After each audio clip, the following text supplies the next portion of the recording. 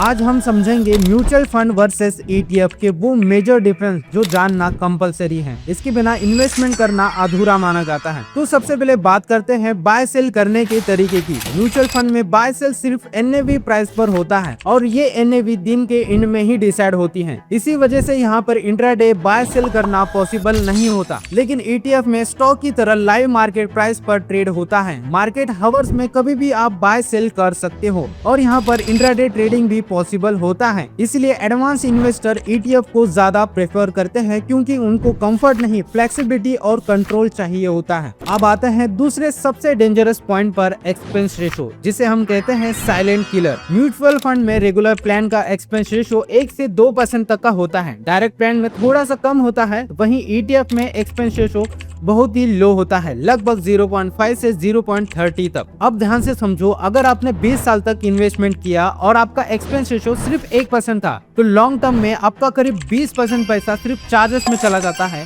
और यहीं पर कंपाउंडिंग फेल हो जाती है। अब समझते हैं तीसरा और आखिरी फर्क, ट्रांसपेरेंसी। म्यूचुअल फंड में होल्डिंग की इंफॉर्मेशन मंथली या फिर क्वार्टरली अपडेट होती है, लेकिन ईटीएफ में डेली पोर्टफोलियो डिस्क्लोजर मिलता है। मतलब आपको हर दिन क्लियर होता है कि आपका पैसा एग्जैक्टली कहां पर इन्वेस्ट हुआ है। तो ये थे म्यूचुअल फंड और ईटीएफ के 3 मेजर डिफरेंस।